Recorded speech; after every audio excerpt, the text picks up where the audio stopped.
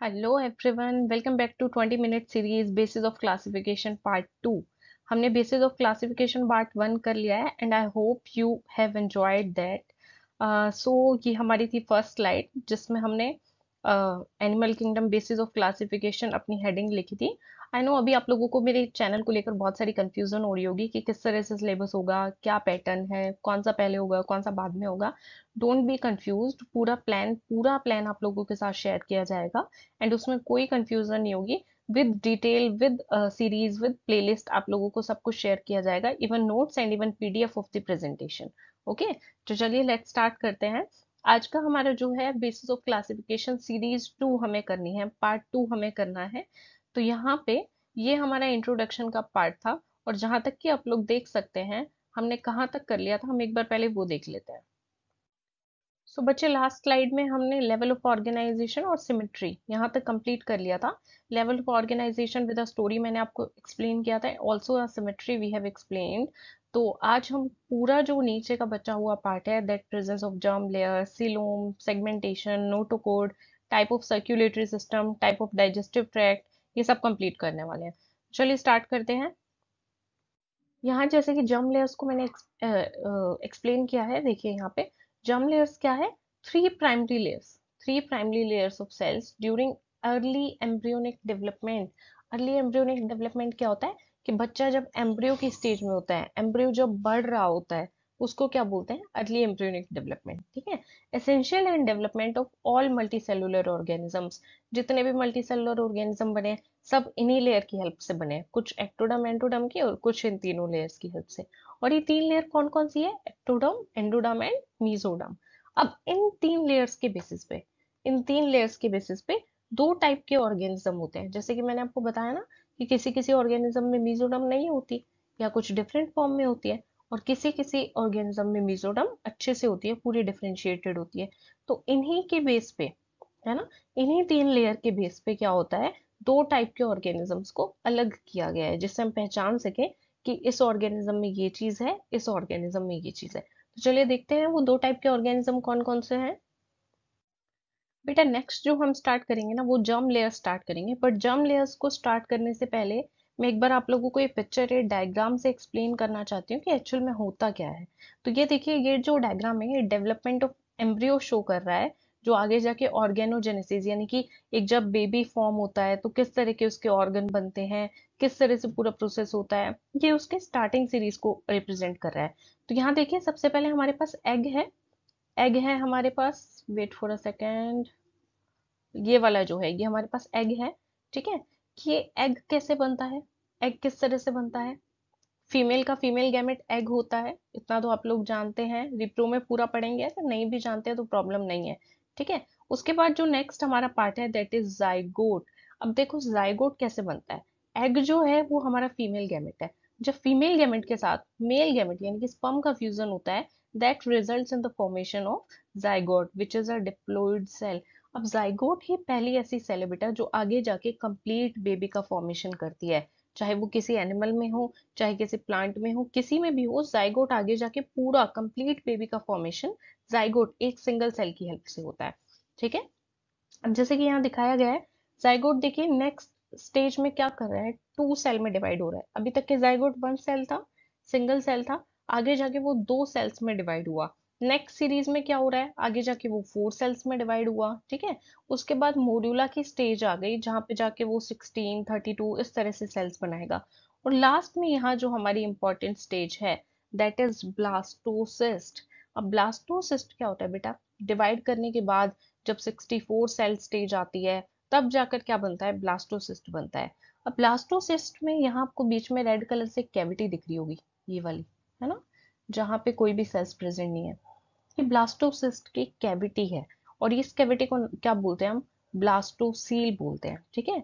यहाँ पे inner cell, यहाँ पे जो स्काई ब्लू कलर से सेल्स को इंडिकेट किया गया है उसको नाम दिया गया है इनर सेल या फिर इनर सेल मास। और ये लास्ट में, सॉरी, ये जो सेल्स हैं ये वाली, इनको बोला गया है आउटर सेल्स। ठीक है। क्या क्या सिग्निफिकेंस है इन इनर सेल्स और आउटर सेल्स का, क्या करती है ये, क्यों है, देखो।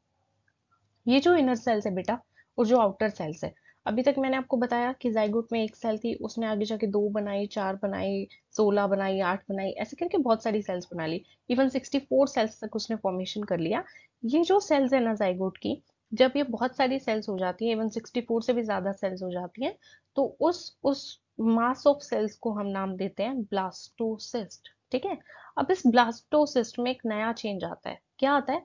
ये ब्लास्टोसिस्ट के अंदर जो सेल्स है ना, वो अरेंज होना शुरू कर देती है, अपने आप को अरेंज करना शुरू कर देती है। किस तरह से? थोड़ी सेल्स बाहर चली जाती हैं और एक लेयर बना लेती हैं। ठीक है। थोड़ी सेल्स अंदर रह जाती हैं और एक लेयर बना लेती हैं। कुछ सेल्स बीच में अरेंज हो जाती हैं। ठीक है। तो इस तरह से सारे ऑर्गेनिज्म में ऐसा जरूरी नहीं है कि 3 ही लेयर्स बने, बट हाँ, जो हाईएस्ट फॉर्मेशन होता है लेयर का वो 3 होता है। कुछ कुछ ऑर्गेनिजम्स में 2 लेयर में भी ये चीज एंड हो जाती है कि सिर्फ आउटर लेयर बनी और इनर लेयर बनी, थर्ड लेयर बनी नहीं, मीजोडम बनी नहीं। अब इन 3 लेयर्स का नाम क्या होता है? जो सबसे बाहर वाली लेयर होती है बच्चे, उसको हम बोलते हैं एक्टोडर्म। ठीक है। एक्टो मीन्स बाहर। ठीक है। जो सबसे अंदर वाली लेयर होती है उसे हम बोलते हैं एंडोडर्म। एंडोडर्म का मतलब क्या होता है? हमारी सबसे अंदर वाली लेयर। एंडो मतलब इनसाइड, एक्टो का मतलब बाहर, याद रखना कहीं पे भी आ जाए। ठीक है। और मीजो, मीजो का मतलब होता है मिडल। और जो मिड में लेयर बनती है, जो कि सब में नहीं बनती है, that layer is known as mesoderm. क्या सिग्निफिकेंस है इन सब लेयर्स का? क्यों बनती है ये सब लेयर्स? बेटा, इन लेयर्स के बनने का एक स्पेसिफिक रीजन है। यही वो 3 लेयर्स हैं जो आगे जाके पूरे बेबी का फॉर्मेशन करती है। कैसे? जैसे एक्टोडर्म की कुछ सेल हमारी स्किन बना रही है या कुछ भी ऑर्गन बना रही है, या आप ऑर्गेनोजेनेसिस में पूरा पढ़ेंगे कि कौन सी लेयर कौन कौन से ऑर्गन्स बनाती है। ऐसे ही एंडोडर्म जो है वो कुछ ऑर्गन्स बना रही है, ऐसे ही मीजोडर्म है, वो कुछ ऑर्गन बना रही है। जैसे आपने सुना होगा बहुत बार, heart is mesodermal in origin, ऐसा ऐसा लिखा है बहुत सारे चैप्टर्स में, है ना। तो इस तरह से हमें पता चलता है कि कौन सी लेयर थी वो, एक्टो एंडो और मीजोडर्म में से कौन सी लेयर थी जिसने हमारे इस ऑर्गन का फॉर्मेशन किया है, कौन सी लेयर थी जिसने इस वाले ऑर्गन का फॉर्मेशन किया है। तो हमारे जितने भी ऑर्गन्स बने हैं ना, ये एक बेसिक स्टेज पे जाके इन्हीं 3 लेयर्स से बने हैं। कौन कौन सी? Ectoderm, endoderm and mesoderm. यही 3 लेयर रिस्पॉन्सिबल है इस पूरे प्रोसेस के लिए, हम लोगों के पूरे ऑर्गन्स बनने के लिए। तो समझ आ गया इतना? अब देखिए। तो देखिए, आ गए हम 2 टाइप के ऑर्गेनिज्म पे। यहाँ मैंने हेडिंग डाली है diploblastic and triploblastic organism. Diplo, बेटा कुछ कुछ मैंने आपको स्टार्टिंग के दिन भी बोला था कि बायोलॉजी में आप टर्म्स से बहुत सारी चीजों को सिंप्लीफाई कर सकते हैं, है ना। जैसे अभी मैंने बताया, एक्टो का मतलब आउटसाइड, एंडो का मतलब इनसाइड। इसी तरह से डाई, डी आई अगर कहीं पे आ रहा है, डी आई, तो इसका मतलब है 2। ठीक है। डाई का मतलब होता है 2। एंड अगर ट्राई कहीं पे आ रहा है तो इट मीन्स 3। तो थोड़ा सा तो आपको यहाँ पे स्पेसिफाई हो गया होगा कि डाई ट्राई किस तरह से फंक्शन कर रहा है। सबसे पहले है हमारे पास डिप्लोब्लास्टिक ऑर्गेनिज्म। डिप्लोब्लास्टिक वो ऑर्गेनिजम्स होते हैं जिनमें 2 ही जर्म लेयर्स होती हैं, है ना। सिर्फ एक्टोडर्म और एंडोडर्म। देखो, एक्टोडर्म और एंडोडर्म यहाँ पे कंपलसरी है, वो तो होंगी ही। ठीक है। आप इसको इस तरह से मान सकते हैं कि जैसे एक्टोडर्म, एंडोडर्म, मीजोडर्म 3 लेयर है। सपोज आपको एक रंगोली बनानी है ना। और कुछ लोग जो हैं वो रंगोली बनाते हैं सिर्फ 2 कलर्स का यूज करके, और कुछ लोग बना रहे हैं 3 कलर्स का यूज करके। पर पूरी जो रंगोली है उसमें मैक्सिमम 3 ही कलर्स यूज हो सकते हैं। 3 कलर्स को ही यूज करके आपको पूरी की पूरी रंगोली बनानी है। हाँ, कुछ सिंपल रंगोलियां ऐसी हैं जो मतलब 2 कलर्स को यूज करके बन सकती है। बिल्कुल उसी तरह से आप इसको दिमाग में बिठा सकते हैं। तो डिप्लोप्लास्टिक जो ऑर्गेनिज्म है, उनके अंदर बेटा 2 जर्म लेयर्स होती हैं, 2 जर्म लेयर, सिर्फ एक्टोडर्म एंड एंडोडर्म। ठीक है।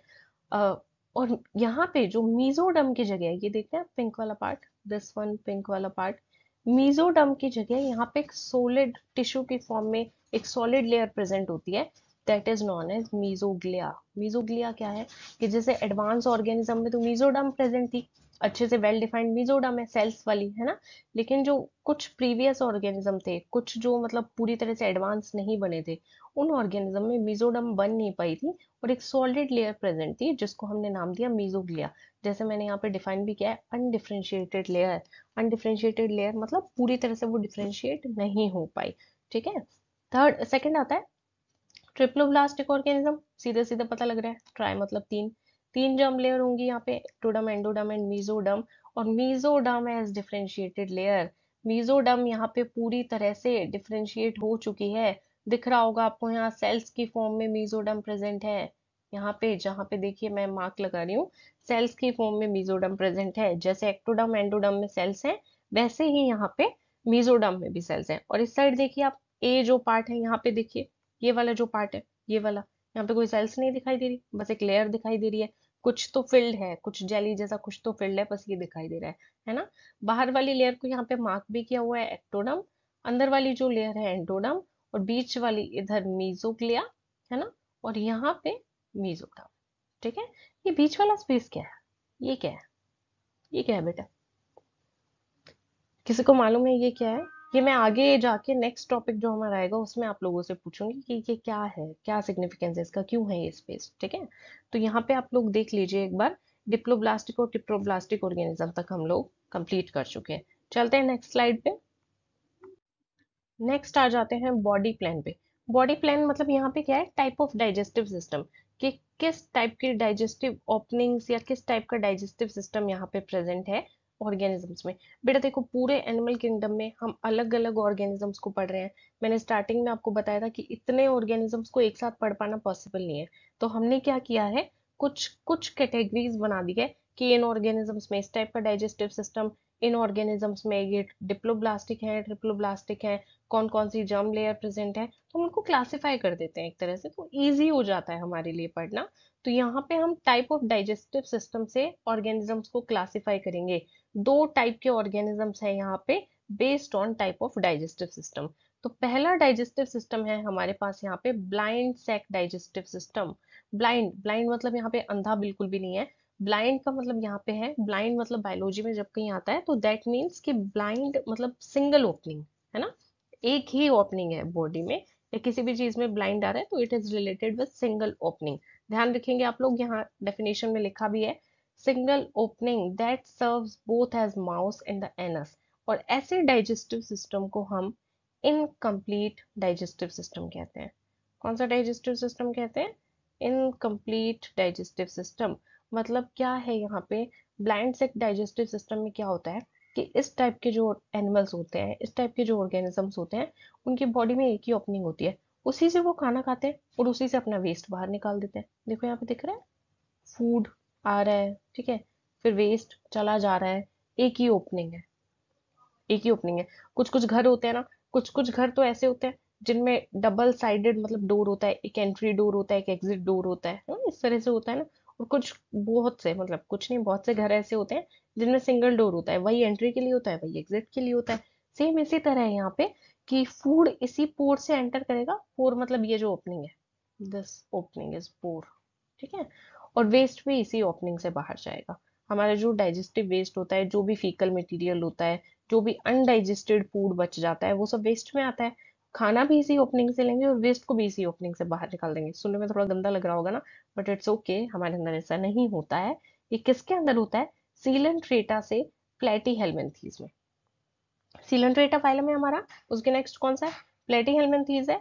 इन दोनों में ब्लाइंड सेक डाइजेस्टिव सिस्टम मिलता है। मतलब सीलेंट्रेटा और प्लेटी हेलमिंथीज में जो एनिमल्स है ना, उनमें ब्लाइंड सेक डाइजेस्टिव सिस्टम होता है, उनके अंदर एक ही ओपनिंग होती है, उसी से वो खाना खाते हैं, उसी से वेस्ट बाहर निकाल देते हैं, ठीक है। अब जैसे जैसे ऑर्गेनिजम्स आगे एडवांस हुए, तो उन्होंने सोचा यार इस तरह से तो काम नहीं चलेगा, ये तो थोड़ा गंदा हो गया है, खाना भी वहीं से खा रहे हैं, वेस्ट भी वहीं से बाहर निकाल रहे हैं। तो क्या सोचा गया कि नहीं यार, इसको थोड़ा एडवांस करते हैं। चलो एडवांस करते हैं, तो कैसे करेंगे? Tube with in tube digestive system बना के। कौन सा डाइजेस्टिव सिस्टम बना के?